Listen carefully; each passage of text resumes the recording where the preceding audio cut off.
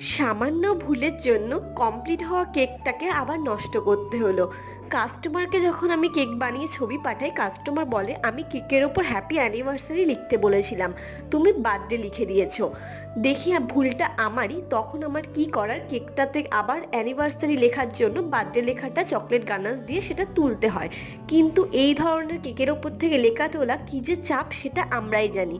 তবে কিছু করার নেই, কাস্টমারের যেটা চাই সেটাই আমাকে দিতে হবে। তাই সেটাকে আমি চেষ্টা করলাম যতটা সম্ভব তুলে নিয়ে নতুন করে লিখে দেওয়ার। এই সমস্ত কেয়ারলেসের জন্য আমাকে অনেক সময় অনেক রকমের ট্রমা সহ্য করতে হয়। আর এরপর আরও একটা কেকের ডেকোরেশন আমি তোমাদের সাথে শেয়ার করেছি। এটা হলো একটা অ্যানিমি কার্টুনের, যেটা এর আগে আমি বানিয়েছি।